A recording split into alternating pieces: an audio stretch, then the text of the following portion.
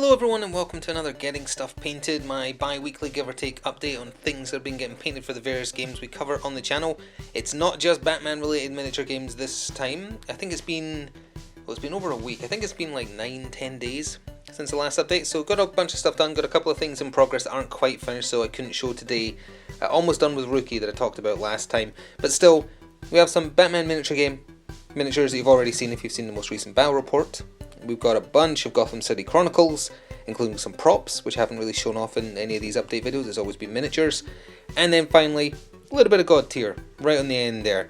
So we'll start left to right with the Commissioner from the Batman Who Laughs team, and then also his rabid robins that shout crow and eat people. Again, everything here done with contrast as always. Snakebite leather, wormwood brown on this guy. A little bit of Blood Angel's red for his tie. And if you're interested in reading the story where he is from, it's called Who Are the Secret Six, because James Gordon is one of the Secret Six. Spoilers, although it's not really a spoiler because, I mean, you're looking at him right here.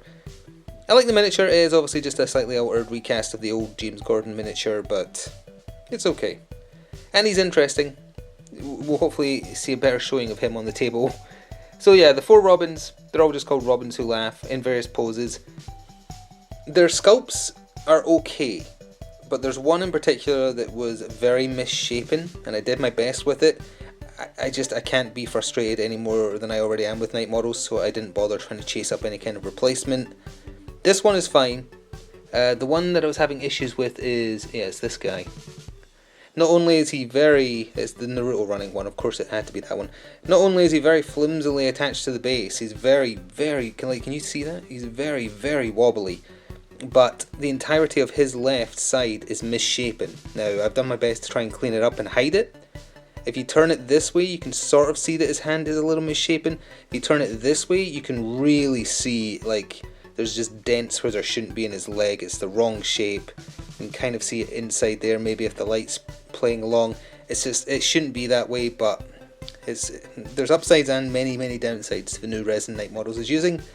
The amount of cleanup required is incredibly tedious. At the same time, it's also more sturdy. If this was their old resin, it would have been snapped off by now. But, oh, it went out of focus because I was looking away while I was talking. But this was the worst of the lot, even after being cleaned up. It is mismolded, unfortunately. Here's another one. I actually modelled this one wrong. This is my bad. His head should be facing forwards, but I made it face down a little bit, so he's supposed to be looking forwards like he's ready to like jump and swipe, but couldn't make it fit smoothly like that, so he's just kind of looking down, which doesn't make much sense because he's not perched that high. The same colours have been used for all of these. Blood Angel's red, Warp Lightning green, Rakoth flesh I think it's called. It's not a contrast paint for their skin, because their skin is very weird looking. I think this is probably the one I'm most happy with in terms of the one that came out. I just also kind of like these jumping for joy, because they're happy. They're happy little insane cannibals. And Black Templar for the cape, and yellow on the inside, and for the highlights on the tunic, or whatever it is you call what he's wearing on his chest. That's about it. Oh, and Agrat's shade over the skin tone I mentioned to make it look a bit more detailed as well. So yeah, I'm happy with how that one came out, and I like the goofy pose. So that's it for Batman Miniature Game. So, we are actually, with this blob done here, ready for our first game of Gotham City Chronicles. However, I'm going to wrap up the Resident Evil 2 board game stuff like right out of frame, just over there. Got the second last scenario set up, so there's 2 more left to go, and then we'll be able to handle this. And that gives me a little bit of lead time to start working on the more miniatures I need for the second scenario, because believe it or not, despite how many henchmen we have here and last time, need another, I think it's at least 8 for the next scenario, plus a couple of villains. So anyway, these are just props. These are little dynamites. Good luck getting these in focus, honestly, but there's 5 of these, just dynamite. You actually do use tokens for the dynamite in the mission, but if they get armed, you switch them to this mini, so they had to be ready just in case.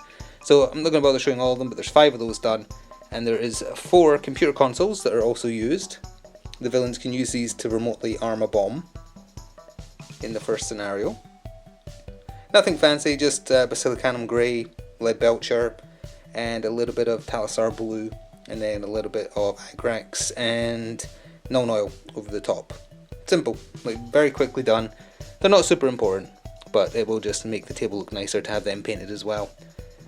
So also, because she is a playable character in Scenario 1, got the Catwoman from Season 1 Gotham City Chronicles painted up. Quite a nice mini, it's okay. I don't really understand her giant belt buckle, but whatever.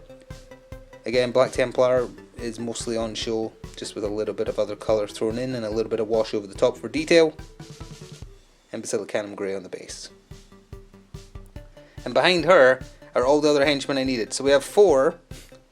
I think these are just like your basic thugs. They just want to use their fists, they've wrapped chains around them.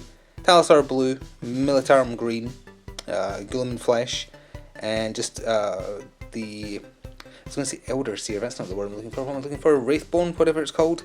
Grey Seer, that's the one. I blanked on the base coat I use for absolutely everything, just to highlight the 9 with non-oil over the top. These are all identical, more or less. Again, for the henchmen I decided to do all of each type the same colour, so at a glance when you're watching and playing along, it's easier for you to understand where everybody is who's activating if each henchman of each type look identical. So hopefully that will lead to better watchability once the actual game starts, which will be soon-ish. If not next week, I would say the week after that for sure. Just need to get these Resident Evil 2 games done so I can clear some space. This table is swamped. Again, just out of shot here is all the Gotham City Chronicle minis in their boxes. I'm getting through them, but you know, you're over 200 miniatures, so it takes a while. You know, I just realised I also don't have it to show here, but you will have seen it in the battle report. The reason I don't have it here is it's still on that table. For the Batcave themed table, I painted the Gotham City Chronicles T-Rex to include it in the Batcave. I don't have it here because it's on the table, which is in a different room. I'll show it off next time if I remember, I apologise. Obviously you can see it front and centre in the battle report, but it is something that has been painted in the last 2 weeks, and I think it turned out really well, despite, or I don't know if despite is the right word, but despite the fact it was done in contrast and it was a giant miniature. Of the giant miniatures I painted with contrast, I would say that T-Rex probably came out the best. And I don't know if it's just the quality of the plastic, or just so happens that Militarum Green and Skeleton Horde is the other colour I used on it mostly. And a little bit of Agrat or shade. They just all blended very well together. I don't know, but I think it turned out much better than, say, like the Storm Surge I painted in contrast, or the Wraith Knight. Because a lot of contrast, it's not just down to your own personal skill. There are contrast paints that just don't apply as well as others, in my opinion.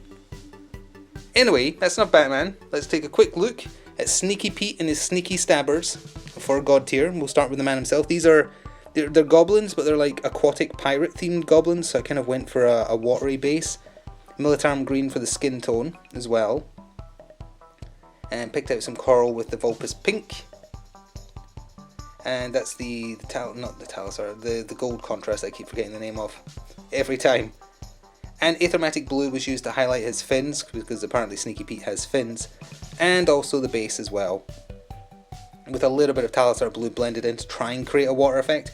I wouldn't say it's super good, the water effect, but if you're looking at like a Caribbean island, I'd say that's not bad, considering I just used contrast for it.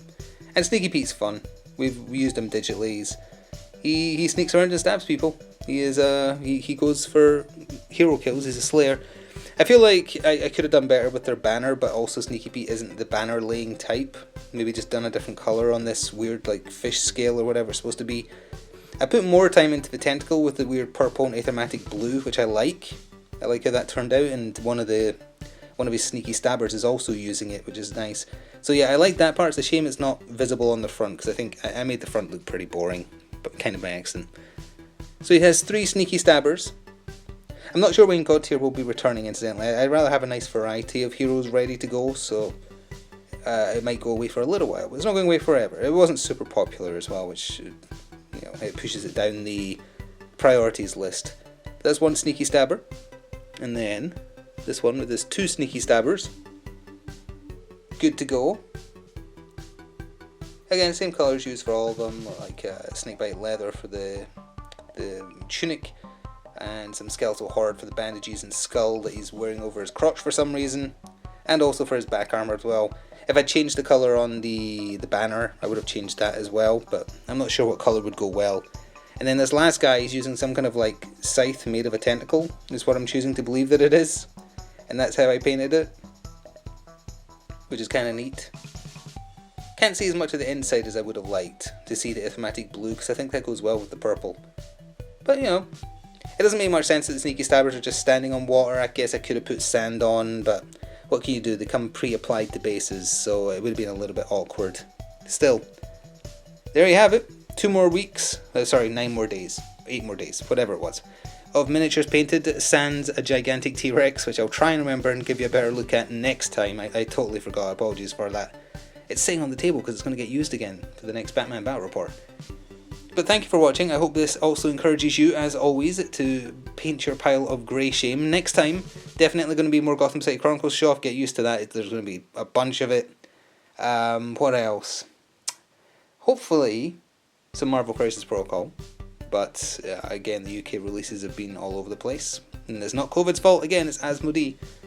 And who knows about Batman miniature game stuff. We'll just have to wait and see. Thank you very much for watching, though. By all means, tweet at me the things you've been painting. A few people have, and I always like them and retweet them if I remember. And I just like seeing other people paint stuff as well. So by all means, I don't care if it's a miniature game that I don't play, incidentally. I've been getting shown a bunch of D&D miniatures and whatnot. I don't mind. So send them my way at Twitter. Anyway, thank you for watching, and see you next time. Ta for now.